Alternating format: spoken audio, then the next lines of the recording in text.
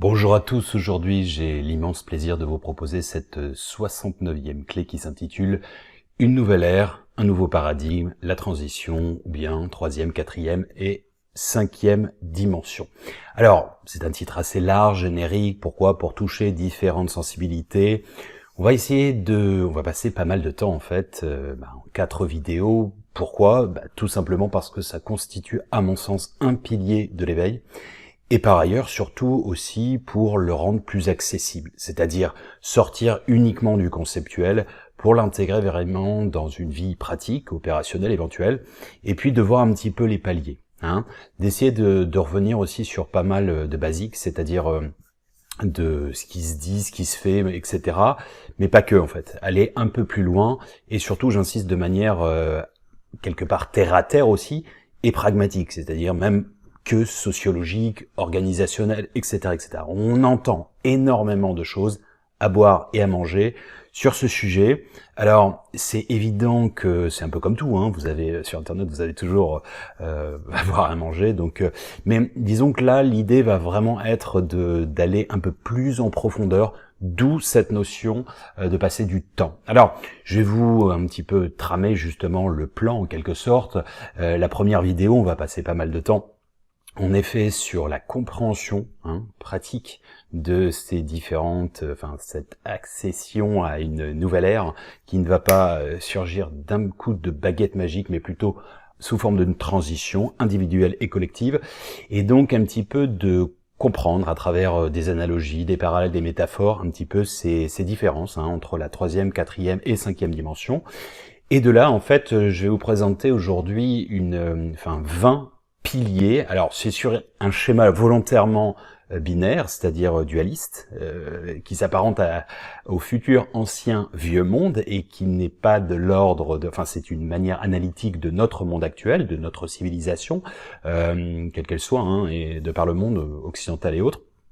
Vision dualiste qui s'oppose à une vision holistique. Donc, on verra... Alors, on gardera ce schéma d'opposition, entre guillemets, d'opposition de la 3D par rapport au concept tel qu'il est envisagé dans la 5D, etc., etc. Mais ça nous permettra, grâce à cette première étape, qui n'est pas du tout anodine, de remettre probablement les compteurs pas forcément à zéro, mais sur des bases relativement plus claires et explicites pour chacun de nous, de vous, et puis en fonction des aspirations que vous avez.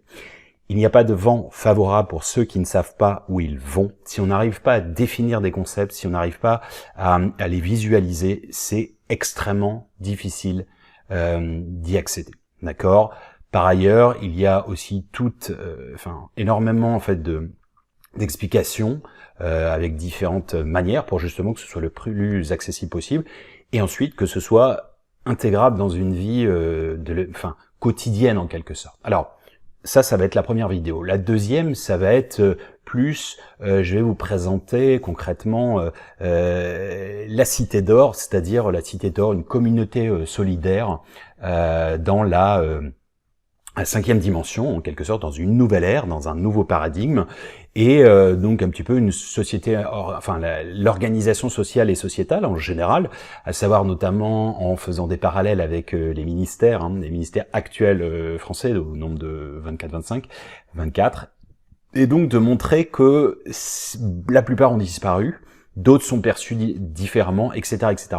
Et c'est vraiment de rentrer à l'intérieur d'une description sociale, sociétale, sociologique des individus, de leur philosophie, à travers également, on passera du temps avec la définition de l'enseignement, les universités d'or, pour lesquelles on expliquera un petit peu les rubriques, leur philosophie, leur transmission, l'apprentissage, etc., etc.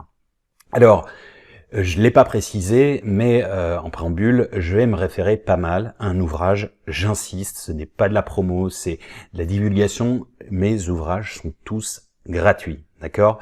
Donc, Sage Passage, en l'occurrence, c'est la pierre angulaire dans la mesure où c'est un sage passage qui décrit justement ça, ce qu'on va voir dans ces 4 volets, ces 4 chapitres. Et en fait, si vous voulez, il est disponible en PDF, téléchargeable depuis mon site aurelienmilo.com. et ou en audio livre gratuit sur YouTube. Vous tapez Sage Passage audio livre, vous le trouvez immédiatement, il fait à peu près 11-12 heures. Et si des personnes, et c'est pour ça que j'en ai mis 4, sur une plateforme qui est au prix coûtant, j'insiste prix coûtant, et celui-là est un peu plus cher, je crois qu'il est à 30 €, alors que les autres qui sont beaucoup plus volumineux, type La mort trait d'union avec l'éternité, c'est genre 10 €, parce que en fait ils sont tous au prix coûtant. Alors on va me dire mais c'est pas logique. Si, parce que en fait, j'ai à l'intérieur de l'ouvrage Sage Passage, j'ai préservé toutes les couleurs. Pourquoi? Donc c'est plus cher en impression, bien entendu. Donc moi je fais pas de marge là-dessus. C'est juste le prestataire, et à juste titre, il est pas philanthrope, donc voilà. Bon, tout ça pour dire qu'il y a notamment pas mal en fait de visualisation, en fait des images acidulées, édulcorées, de la musière, comme il essaie d'expliquer véritablement. C'est très visuel, c'est très visuel. C'est un ouvrage qui, perso, me touche beaucoup. Alors, vous voyez, ne serait-ce que ça, c'est une fiction pour laquelle la membrane entre la réalité et la réalité et la fiction est très légère et dépend de nous si tant est qu'on souhaite la réduire. Alors, j'aurais pu faire de la communication, message des guides, message des anges, c'est canalisé, etc., etc. J'ai envie d'être très discret là-dessus. Voilà. Je sais que ça marche beaucoup, ça marche beaucoup. En général, quand si je signe Aurélien Milhaud, ça a beaucoup moins de valeur que message des guides, message des anges. C'est un peu vous aurez compris, c'est un petit peu la tendance du moment. Je le déplore. Je vous dis franchement, je le déplore, c'est dommage. Et pour moi, ça ne donne pas plus de crédit, et c'est plutôt que ça décrédibilise dans l'absolu, ne voir exclusivement que ça. Parce que parfois, honnêtement, faut voir ce qu'on canalise. 1, 2, c'est parfois des messages totalement évidents, donc bref. Il en faut pour tous les goûts, offre et de demande, mais on peut dire ouais, ça marche bien. Et c'est vrai que message des guides, c'est comme vu à la télé. Vous savez, dans les années 80, 90 encore, ça marche un peu. Si c'était vu à la télé, c'était Parole des évangiles, donc canalisation, message des guides. Bon, en l'occurrence, il y a une connexion qui s'est faite du même ordre que dans La mort trait d'union avec l'éternité. Moi, j'ai toujours expliqué que j'écrivais de manière automatique, donc comprenne qui peut. Voilà. Alors, on passera pas mal de temps. Le troisième volet sera sur plutôt quelque chose encore plus de terre à terre, c'est-à-dire qu'on décrira une journée type de 24 heures en fait. Bon. Ils dorment quand même, de cette nouvelle ère, de ce nouveau paradigme, de cette cinquième dimension, pour la rendre encore plus vibrante, opérationnelle. Enfin, disons qu'il y ait une proximité qui s'élabore, qui s'installe à travers vous, si bien entendu vous êtes réceptif, si vous le souhaitez. Alors ensuite, on présentera aussi 8 méthodologies qu'ils utilisent dans leur vie au quotidienne, et ensuite 5 grands outils qui sont des bases et des fondations. Alors ensuite, quatrième étape, on essaiera d'avoir vraiment une vue d'ensemble quant à cette transition en 3 étapes. Donc c'est 3 bons volets, et à l'issue de ça, on verra un petit récap aussi de conseils pour bien comprendre tous les tenants, les aboutissants, mais surtout les techniques, j'insiste, pragmatiques, opérationnelles, terre à terre de la vie quotidienne pour chacun. Alors, petite remarque avant de débuter, il va de soi qu'il y a peut-être des gens qui vont me dire non mais c'est pas du tout ça, de toute façon c'est un parti pris, c'est une fiction, on est complètement d'accord. J'ai mis, c'est pas la nouvelle ère, c'est pas le nouveau paradigme, c'est une nouvelle ère et un nouveau paradigme. Donc il y en a parmi tant d'autres. Moi je vous fais part entre guillemets d'une vision. Ok, elle vaut ce qu'elle vaut, elle est fantasmée, elle est rêvée, elle est canalisée, elle est ce que vous voulez. C'est fiction ou bien, mais en tout cas, elle a vocation à ouvrir le cœur et les consciences des gens. Donc, encore une fois, c'est un buffet. Donc, mais je pense, véritablement, que ça peut être une source d'inspiration et aussi de réconfort. C'est-à-dire, oui, ça permet aussi de s'affranchir un petit peu de la sinistrose ambiante dans laquelle on évolue un petit peu. Alors, voilà, débutons. Alors, c'est quoi ce concept? Donc, nouvelle ère, nouveau paradigme, c'est très proche. En gros, pour la faire assez simple, je vais, notamment en fait les passages de 3e à 5e dimension, alors c'est progressif. Hein.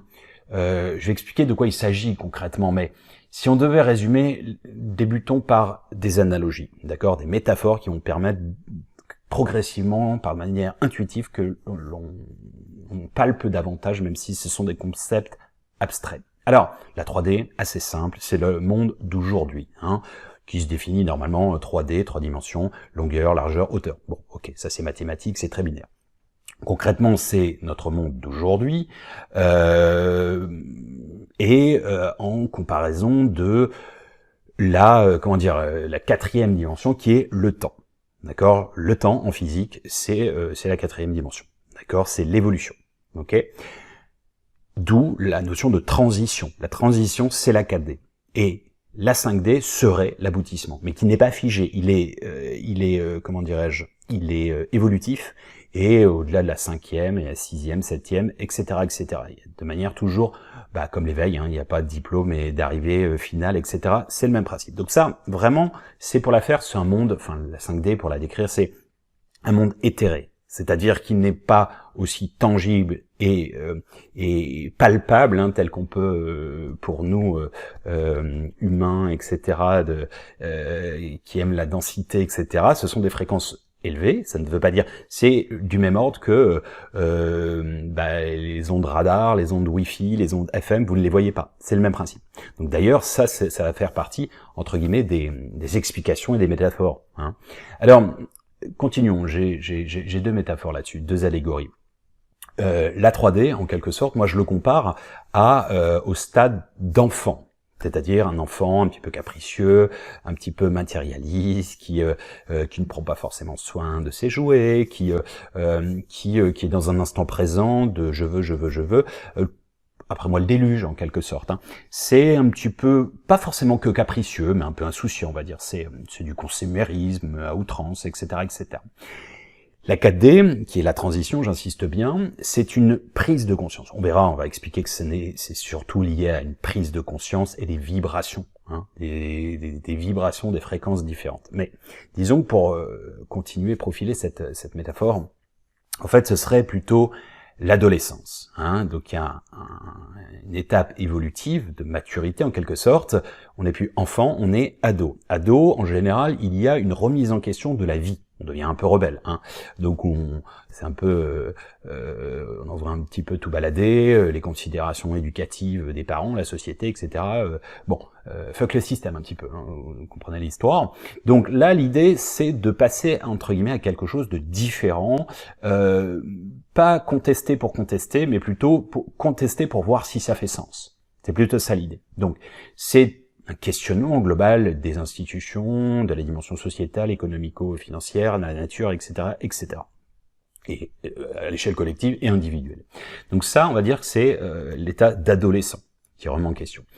Et la 5e, ce serait en quelque sorte un comparable avec l'adulte, et au-delà le présage, le présage, le sage en devenir, qui a plus de détachement et qui est véritablement dans la vie active. Reprenons le parallèle de la 4D, ce serait comme l'adolescent, adolescent on va mettre de 15 à 20 ans, 22 ans, etc. On peut pas dire qu'on soit vraiment un adulte à 18 ans, excusez-moi, hein, mais je pense que vous aurez compris. Donc l'idée en fait c'est plutôt, c'est un petit peu la métaphore aussi de l'étudiant. L'étudiant, c'est une transition quand il va sur les bancs de la fac, dans une école, etc., etc. C'est une formation et il n'a pas vocation à y rester toute sa vie. C'est-à-dire que il peut cumuler, s'il adore ça, les études, les diplômes, etc., etc. Mais il y a un moment, il faut rentrer dans la vie active. Vous pouvez cumuler 2, 3 doctorats. Il y a un moment, 35 ans, il faut peut-être commencer à bosser, quoi. Donc c'est ça la vie active. Hein, c'est cette fameuse transition. Donc la 4D, ce serait pour apprendre, pour s'ouvrir, et la 5e, ce serait pour se réaliser. D'accord? Donc ça, c'est encore une métaphore. Dernière métaphore, ce serait plus poétique, ce serait l'idée de la 3D, ce serait la chenille, qui passe son temps d'ailleurs un peu comme le système, à la moitié de sa vie à se gaver et à ramper, et à baver, hein, c'est pas mal, hein, comme elle est belle, hein. Et ensuite, à un moment, il s'arrête et il se fige, il arrête de manger et en fait, il commence à muer. Donc là, c'est la chrysalide. Hein. La chrysalide, c'est la 4D. C'est un état, j'insiste, de transition. Personne ne reste à l'état de chrysalide toute sa vie. Personne ne reste étudiant toute sa vie. Hein, c'est un passage, c'est une transition qui n'est pas du jour au lendemain, mais qui est en dégradé. Et selon les individus surtout, à hauteur de leur capacité de cœur et de vibration énergétique, etc., etc., de positivisme, etc. Principe de l'ascension. Et le 5e volet, ce serait évidemment de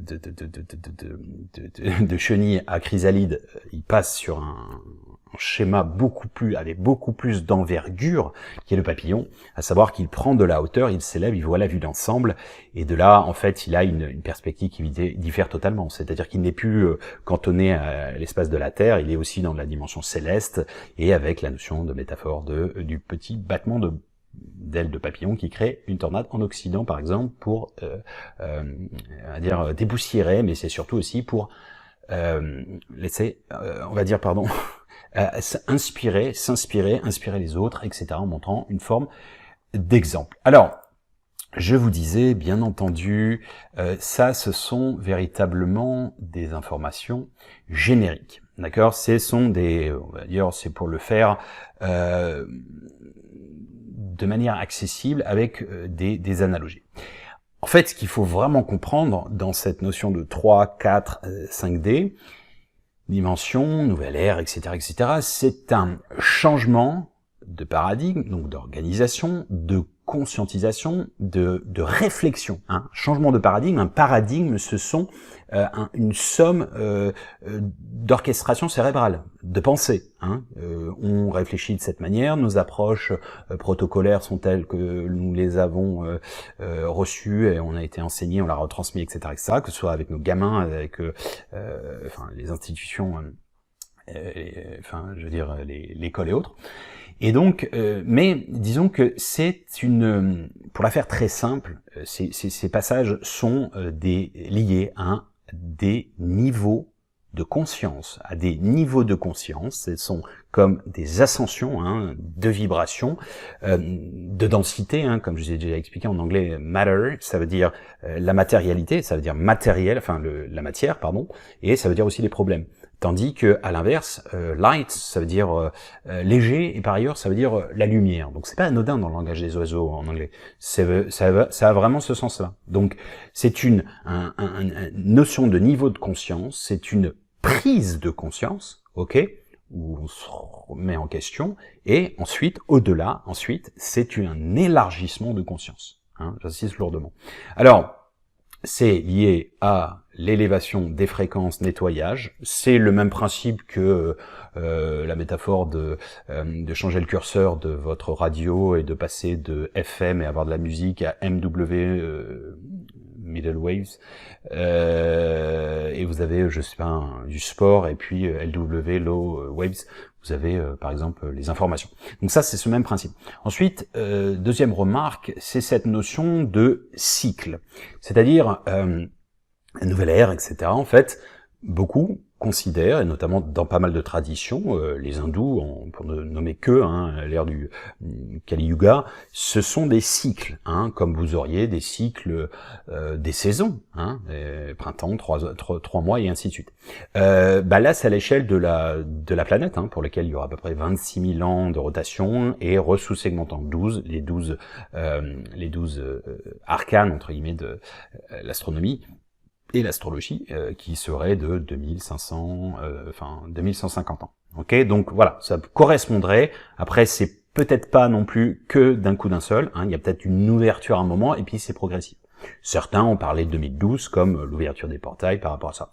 Pourquoi pas? Mais disons que oui, il y a peut-être eu des changements depuis 2012. Ça n'a pas été non plus changement radical, quoi. On n'a pas vu une société émergente du jour au lendemain comme ça de nulle part. Voilà, ça c'est la première chose. La deuxième, pardon.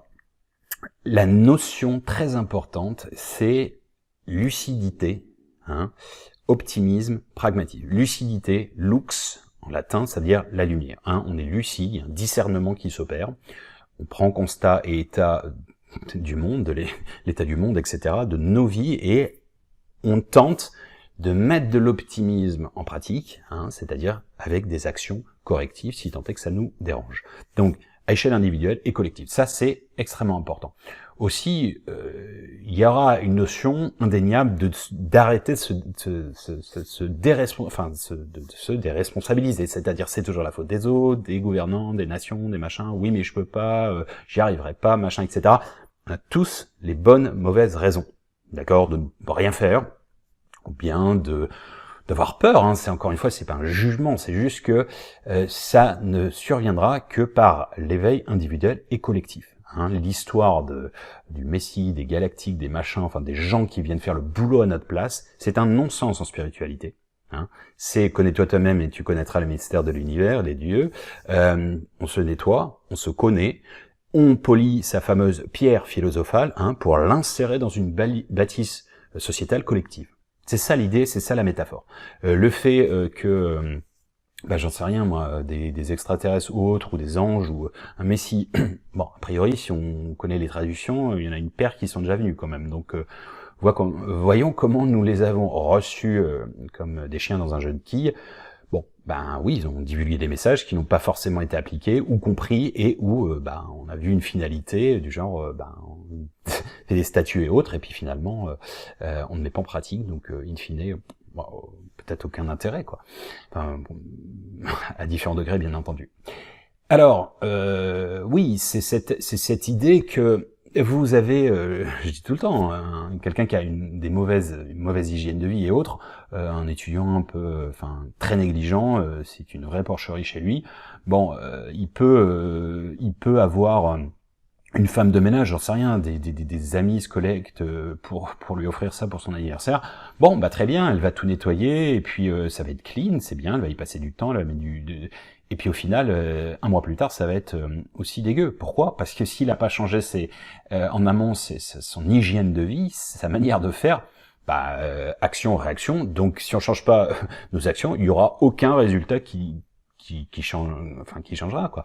Donc c'est le même principe. Ça, c'est extrêmement important.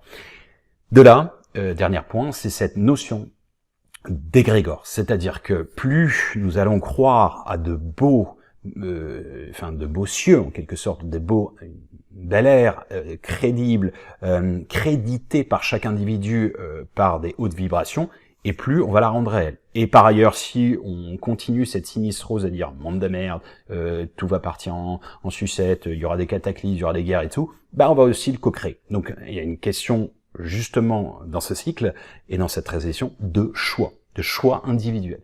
Sinon, on crédite, encore une fois, on crédite dans le bien comme dans le mal, c'est-à-dire qu'on crédite positivement les choses que l'on estime rayonnantes, harmonieuses, etc. Et puis on crédite aussi, malheureusement, avec notre peur, même si parfois on ne le veut pas, mais c'est comme ça. Alors, poursuivons, ça c'était vraiment pour histoire d'avoir le champ de vision. Continuons justement sur ces différences, donc qui sont dans Sage Passage, de différentes perspectives qui changent. C'est-à-dire, je vais vous mettre d'abord la vision de la 5D, en fait, ce qui est utilisé, les concepts, et ce qu'est en comparatif notre monde actuel. D'accord? Donc le premier point, c'est la vision holistique, d'accord?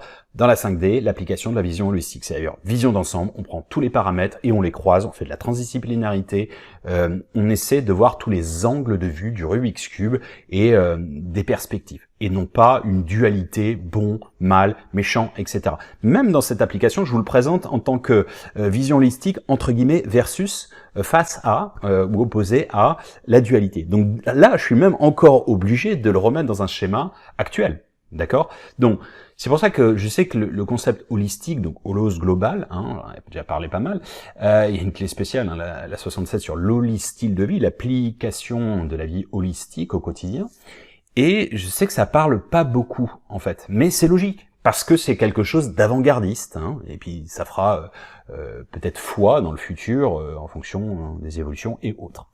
Alors ça, c'est la première chose, c'est le premier pilier, en quelque sorte. Le deuxième, c'est une conscience collective versus une conscience individuelle.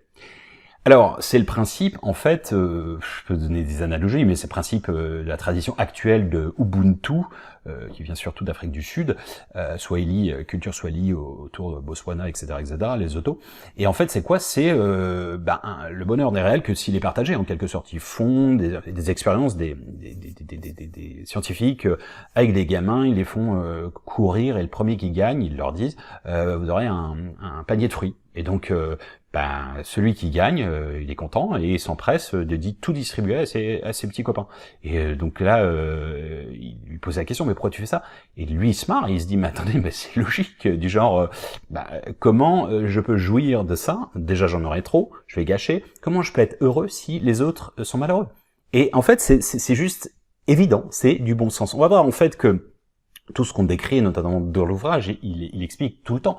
Il dit tout le temps, ça n'est que du bon sens. Tu diras comment on a pu continuer à instaurer pendant longtemps des visions aussi archaïques. Bon, bref, c'est pas pour juger, hein, c'est juste aussi pour savoir, on fait l'expérience de ce que l'on est profondément, qu'à la rencontre de ce que l'on n'est pas. D'accord? Donc c'est l'invitation de la dualité de la vie qui est nécessaire encore. Exister signifie se séparer, se fragmenter. D'accord, de ce qu'on n'est pas. Pour savoir ce qu'on est, j'insiste lourdement. Alors, la dimension de conscience collective, c'est-à-dire est-ce que ça profite à une petite minorité de personnes, des élites et autres, ou à la majorité? Et au-delà, c'est un petit peu, on l'a quand on pense global, c'est-à-dire oui, je pense pas à ma petite personne, je pense à ma famille d'abord. Donc oui, je vais devoir faire un effort, ça me fait un peu bon, c'est difficile et autres, mais je sais que c'est pour le bien de ma famille, par exemple. Ou je me réjouis aussi d'une réussite qui n'est pas la mienne, qui est peut-être celle de ma fille, qui est peut-être celle de ma compagne, mon compagnon, etc., etc. Donc c'est ça l'idée en fait, c'est d'avoir, mais du même ordre que j'ai toujours cette image de la Coupe du Monde qui a marqué la fin de la finale. Bon, à la limite, c'est pas qu'on s'en fout, mais c'est que tout le monde est champion du monde. Enfin, dans l'équipe de France, tout le monde est champion du monde. Est-ce que la jambe de Mbappé droite s'exhibe en disant j'ai marqué et toi pas? La jambe gauche, quoi. Non, c'est Mbappé qui a marqué. Et ensuite, ceux qui font les passes, c'est aussi important, c'est aussi décisif. Et puis aussi ceux qui travaillent au collectif pour le bon moral. Je cite toujours Rami qui n'a jamais joué et pourtant il était là pour la cohésion. Les entraîneurs, il est pas sur le terrain, mais il donne des conseils, tout le staff qui aide, etc. Bon, c'est ça en fait, cette vision collective. Est-ce que c'est dans un intérêt commun global? Et surtout de partager ce bonheur, comme j'aime à le dire, quand on partage une joie, on l'amplifie, quand on partage une peine, on l'amoindrit. Alors troisième, c'est l'interconnexion. Versus l'hyperconnexion et l'isoire. Alors, vous connaissez ma vision là-dessus, il y a une clé 11 qui est faite là-dessus. C'est l'hyperconnexion et l'isoire, c'est en gros, on veut être partout et nulle part. Donc on est dans les tweets, on est dans les multitudes de contacts, etc., etc. Mais au final, la plupart du temps, on est seul, bien qu'on ait les 5000 contacts, etc., qu'on connaît pas, des contacts virtuels, et on n'est que dans une virtualité, de la spiritualité, de plein de choses. Et alors ça c'est à l'extrême bien entendu, je suis pas en train de dire qu'Internet c'est pas bien, mais eux c'est une réelle profonde connexion et interconnexion, c'est-à-dire qu'ils sont connectés, reliés entre eux, et avec système télépathique, etc., parce qu'ils ont poussé un petit peu, ils ont aussi passé pas mal de temps travail d'investigation, etc., enfin plutôt d'introspection et de développement de leurs capacités, etc., qui deviennent innés avec le temps, bien entendu. Mais voilà, c'est vraiment une reconnexion genre humain, etc., et plus loin, à leur Wi-Fi, à l'inconscient collectif, etc., d'où aussi cette résonance. Pourquoi ils ont une vision collective? Parce qu'ils ont accès justement à la bibliothèque universelle, akashique, etc. Alors, ensuite, quatrième, c'est la reconnexion à la nature, donc ça c'est la 5D, et la possession par la matérialité et la possessivité. Alors, posséder par la possession, qu'est-ce que ça veut dire? Ça veut dire, c'est la vision matérialiste à outrance, c'est-à-dire on ne voit ce qu'on croit, on ne croit ce que l'on ne voit, la matérialité ultime, l'hyperconsommation, on connaît tous un peu ça. Et puis, on en a été hors sol, d'accord? Donc là, je vous expliquerai dans l'organisation sociétale, au centre, il y a le cœur, et l'un des trois noyaux qui tournent autour, c'est la nature. c'est la nature, le genre humain, et l'invisible, bien sûr. Alors, c'est une reconnexion à la nature, j'insiste bien, elle fait partie de notre nature. Pourquoi j'ai fait cette clé 13 et 27, à quel point c'est important, ce sont des énergies. Si on est déconnecté de la nature, c'est comme si on faisait, je sais pas, du yoga avec une armure du Moyen-Âge, hein, voilà. Cinquième, c'est la dimension éthérée, et nous, c'est le matérialisme exclusif. Alors, je dis, évidemment, c'est pour faire du dualisme, hein, et c'est extrême ce que je dis. Mais bon, on peut quand même considérer que, dans une large majorité, oui, notre société est consumériste et matérialiste. Tandis que eux, dimension éthérée, ça veut dire des fréquences plus élevées, et non pas forcément tangibles. D'accord? Donc, même quid de cet espace de tactile, de toucher dans la matière, faire l'amour, etc., etc. Ça, il en parle hein, dans l'ouvrage. Bon. Est-ce que c'est un monde du rêve, hein? C'est ça qu'on peut se poser comme question. Donc après, est-ce que c'est une utopie? En anglais, l'ouvrage existe, je l'ai traduit, puis j'ai fait éditer. Il s'appelle Sage Passage, ok, on garde le jeu de mots, ça s'appelle aussi Utopia, avec un jeu de mots, l'utopie à l'intérieur de toi et de vous. Ça sous-entend ça. Bon bref, n'allons pas trop loin. Alors, il y a aussi, sixième pilier, c'est un rapport au temps harmonieux, c'est-à-dire, en fait, ils sont là cool. Je vais vous présenter une journée type, mais en fait, ils ne sont pas, en fait, ils se laissent porter par le flot de la vie dans l'instant présent, etc., etc. Tandis que, on peut considérer que, nous, c'est la pression au quotidien du temps. C'est ce que j'appelle la disease of modern times. C'est pas d'équivalent, c'est pour ça que c'est un néologisme. C'est disease, ça veut dire la maladie, busy, ça veut dire occupé. Donc la maladie du surmenage des temps modernes. D'accord, disease of modern times. C'est on court tel des hamsters parfois, et c'est ce qui s'est passé avec le Covid. Ça a fait comment on appelle confinement, lockdown, et les gens commençaient à avoir un peu de temps pour réfléchir. Hein, sinon, avant, on était beaucoup dans l'agitation, etc., etc. Donc, eux ont un rapport très harmonieux avec le temps. Alors, ça va être trop loin, septième pilier, mais c'est expliqué, bien entendu, c'est le temps est elliptique et toroïdal, enchevêtré. Ouf, un peu perché, monsieur. Ouais, alors, pour la faire simple, c'est comme la vision, c'est comme des bulles, et c'est comme la fleur de vie, qui est enchevêtrée avec des espaces-temps qui coexistent au même moment. Alors, avec, à l'opposition, notre modèle actuel du dualisme, qui est la flèche du temps, pour lequel Einstein disait passé et notre concept du temps, passé, présent et futur n'est qu'une illusion, bien que persistante. C'est pas de moi, c'est Einstein, donc s'il a dit, peut-être que ça veut dire un truc. Prix Nobel de physique quand même, en 1918, si ma mémoire est bonne. Voilà, donc ensuite, huitième, c'est dans la 5D, c'est la pleine conscience, c'est-à-dire on est toujours conscient de ce qu'on fait, de nos agissements, on est en prière quotidienne, en quelque sorte, on est en méditation perpétuelle, et à l'opposition de l'agitation cérébrale. Hein. En 3D, on est tout le temps en train de se projeter le soir même, ce qu'on va faire, les vacances, machin, nos problèmes aussi, les factures à payer, et puis le passé, elle m'a fait ceci, lui il m'a dit ça, machin, et tout, ruminer en fait en quelque sorte, au positif ou négatif, hein, toujours, je sais pas, être dans la salle d'attente par exemple, une maison de retraite, oui, on ressasse forcément ses souvenirs. Bon bref, passons. Alors, neuvième, c'est le qualitatif versus le quantitatif. Alors, j'avais fait une clé, hein, c'était la 43 de mémoire. C'est ça, c'est cette idée en fait que il y a une aspiration profonde au qualitatif comparé au quantitatif exclusif, où on préfère le nombre de millions de likes parce qu'on a fait de la putaclic, message des guides, à la 5D machin, ou bien on en a moins, il y en a beaucoup moins, et puis on se dit au moins si ça touche 10 personnes et que ça permet de propager quelque chose, une essence, une philosophie, un accouchement dans la matière, eh bien ça c'est du qualitatif. Bon, je pense que vous aurez saisi. Alors, 10, c'est harmonie versus plaisir. Alors, l'harmonie c'est quoi? C'est la complétude. C'est-à-dire que vous ne dépendez pas des éléments extérieurs. Vous êtes bien avec vous-même. Ça veut pas dire que vous êtes égoïste, ça veut dire que vous n'êtes pas ébranlable à la moindre aléa et contrariété. Le plaisir, c'est quelque chose d'extérieur. C'est-à-dire que c'est toujours en fonction des autres, de l'autre, etc. Ça n'a rien à voir avec vous.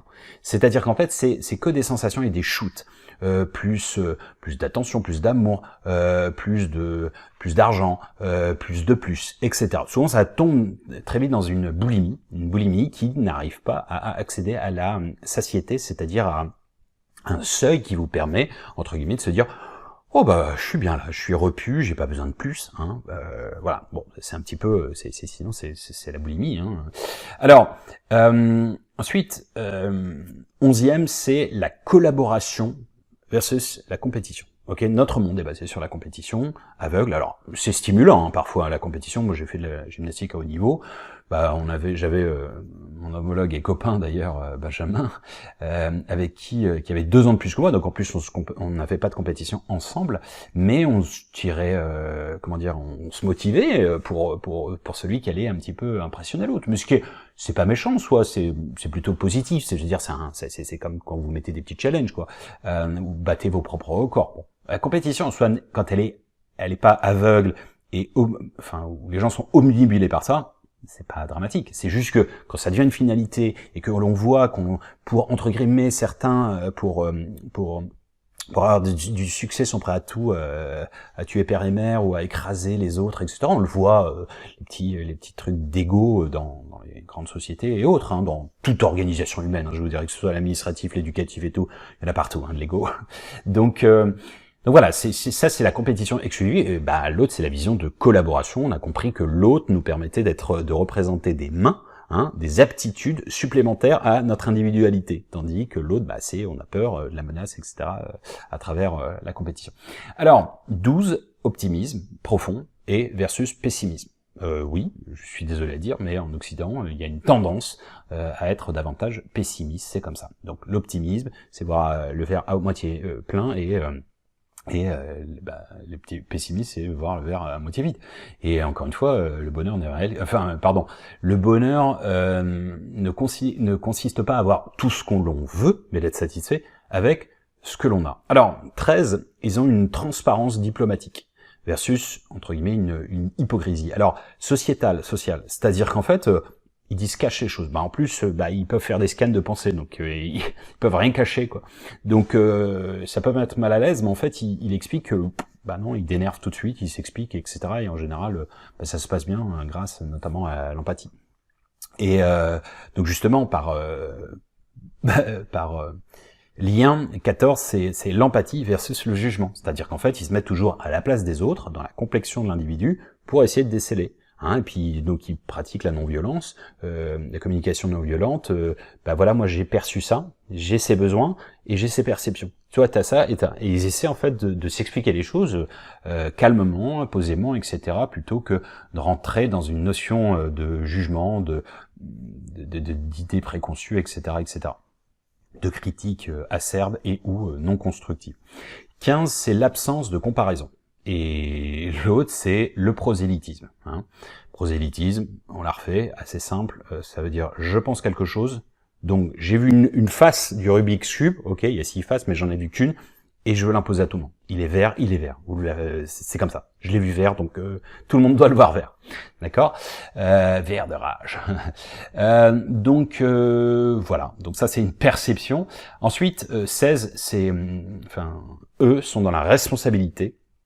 Et dans notre monde, on peut considérer que c'est le fait de déléguer, de se déresponsabiliser. Oui, c'est la faute de ma voisine, de mon voisin, de ma belle-mère, des minorités, des gouvernements, des journalistes, etc., etc. C'est toujours la faute des autres.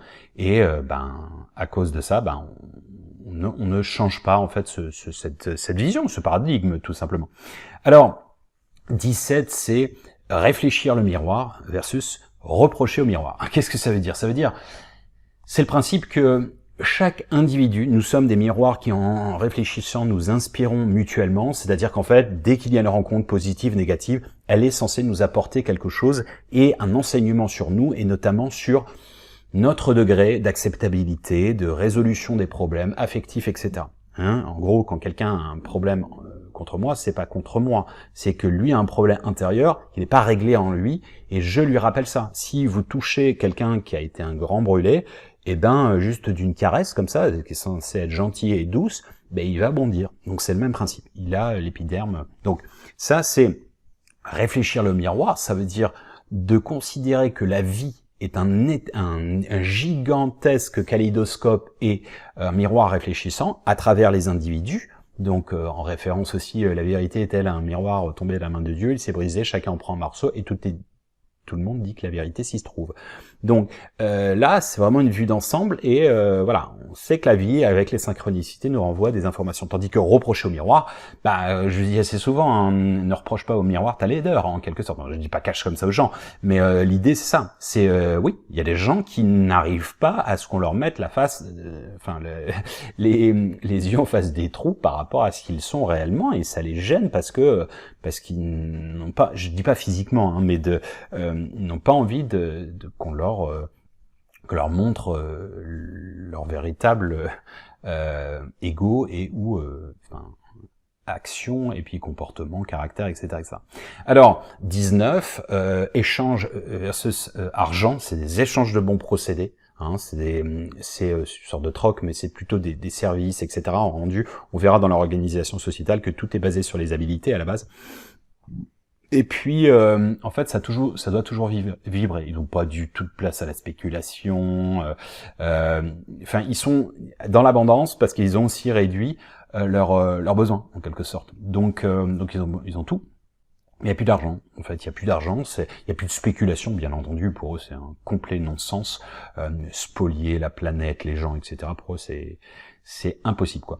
Et le dernier, c'est un élargissement de vision, hein, une vision, on pourra revenir sur holistique, et puis la vision partielle et biaisée. Hein. La vision partielle, c'est quoi? Si vous regardez, je sais pas, un paysage depuis la serrure, peut-être que vous allez tomber juste dans votre champ de vision d'un nuage et vous allez en conclure qu'il fait une grisaille, alors que c'est juste un nuage et vous allez dire je ne sors pas, il fait pas beau, alors que c'est juste peut-être ponctuel ou en fait tout le reste est bleu et ça passe et c'est tout. Donc la vision biaisée, c'est malheureusement le fait qu'on est saucissonné en discipline, en rubrique, etc., on met dans les cases et malheureusement on a tendance à ne pas sortir du cadre, think out of the box comme on dit en anglais. Voilà quelques éléments juste pour un petit peu évoquer. On passera dans dans les prochaines vidéos sur quelque chose encore plus pratique et pragmatique. Il s'agit juste d'une clé pour vous aider à ouvrir le passe-partout, enfin le façonner plutôt, de façonner le passe-partout pour ouvrir les champs de conscience du cœur, de ce que vous voulez. Comme vous le savez, tous les chemins mènent à Rome et au Dôme, à bon entendeur. Salut!